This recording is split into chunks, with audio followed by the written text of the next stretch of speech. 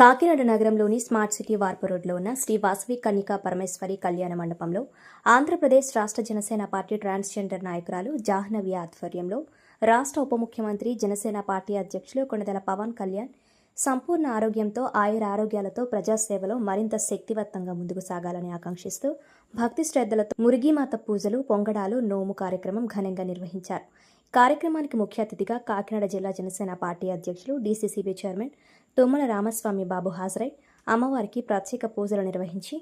పవన్ కళ్యాణ్ ఆరోగ్యం దీర్ఘాయుషు ప్రజాక్షేమం కోసం ప్రత్యేక ప్రార్థనలు చేశారు.